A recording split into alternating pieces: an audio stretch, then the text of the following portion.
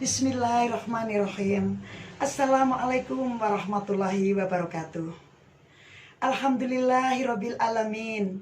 Wa bihi nasta'inu ala umuri dunya waddin. Wassalatu wassalamu ala asrofil mursalin wa ala alihi wa sahbihi ajmain.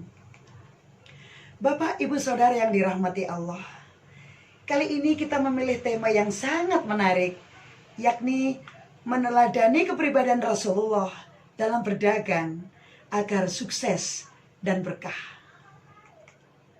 Dalam Islam, berdagang atau berwirausaha merupakan pekerjaan yang mulia, bahkan mempermudah datangnya rezeki. Sebagaimana dijelaskan dalam suatu hadis terkemuka yang berbunyi, 9 dari 10 pintu rezeki ada dalam perdagangan. Bapak, Ibu, Saudara yang dirahmati Allah, Rasul kita, Nabi Muhammad SAW adalah seorang pedagang sejati. Dasar utama Rasulullah berdagang yakni atas niat karena Allah, lillahi ta'ala. Bukan untuk menumpuk harta, mencari keuntungan sebanyak-banyaknya.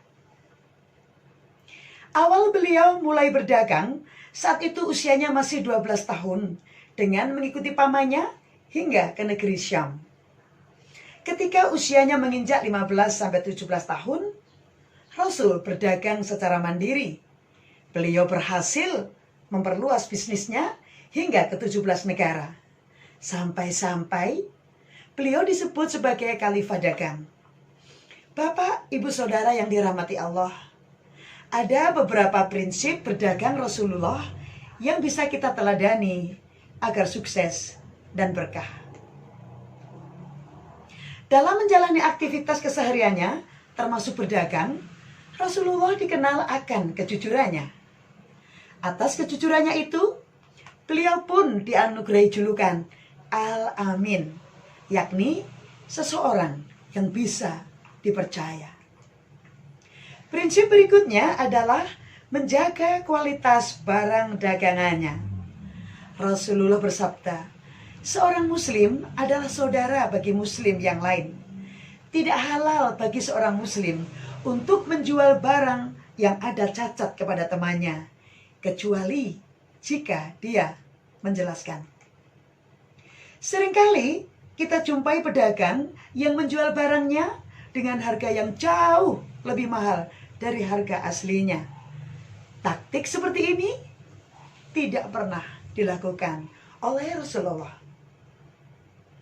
Ketika berdagang, sebaiknya jangan memberikan janji atau sumpah palsu, sumpah yang berlebihan. Janganlah mengklaim barang ini super bagus, super awet, dan sejenisnya.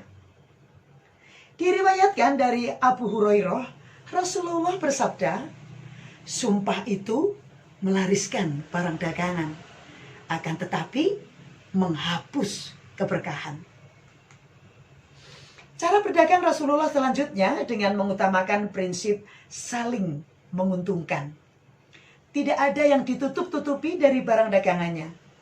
Rasulullah bersabda, janganlah dua orang yang berjual beli berpisah ketika mengadakan perniagaan, kecuali atas dasar suka sama suka.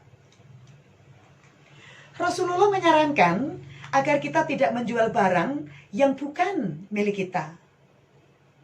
Hakim bin Hizam pernah bertanya kepada beliau, wahai Rasulullah, ada seseorang yang mendatangiku seraya meminta kepadaku agar aku menjual kepadanya barang yang belum aku miliki, dengan cara terlebih dahulu aku membelinya untuknya dari pasar.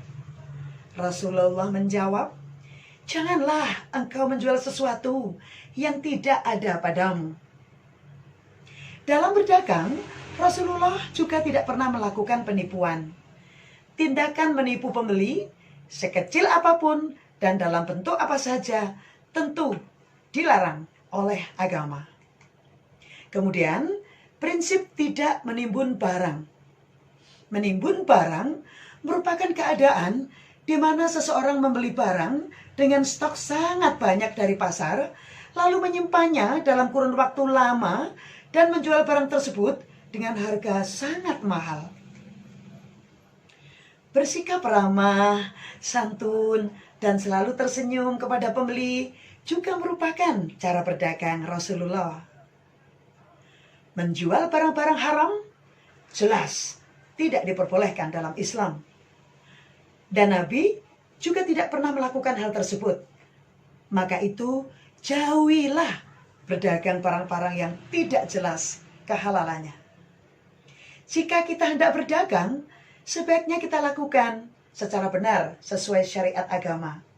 Tidak perlu kita menjelek-jelekan dagangan orang lain dengan tujuan agar semua konsumen lari menuju kita.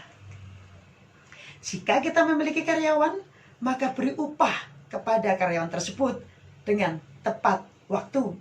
Jangan menunda-nunda, sebab ia juga telah memeras keringatnya demi menjalankan usaha kita. Diriwayatkan dari Abdullah bin Umar bahwa Rasulullah bersabda, berikan kepada seorang pekerja upahnya sebelum keringatnya kering. Kunci utama keberhasilan Rasulullah dalam berdagang yakni tidak melupakan ibadah. Allah Ta'ala berfirman, hai orang-orang yang beriman, janganlah harta-hartamu dan anak-anakmu melalaikan kamu dari mengingat Allah. Barang siapa yang membuat demikian, maka mereka itulah orang-orang yang rugi. Quran Surat Al-Munafikun ayat 9. Bapak, Ibu, Saudara yang dirahmati Allah, barangkali ada di antara kita menjalankan perdagangan atau wirausaha. Semoga prinsip-prinsip Rasulullah Shallallahu Alaihi Wasallam dalam berdagang dapat menuntun kita menjalankan bisnis bernilai hakiki. Karena berdagang dengan prinsip yang baik dimulai dari diri sendiri. Semoga ada manfaatnya. Billahi taufik wal hidayah. Wassalamualaikum warahmatullahi wabarakatuh.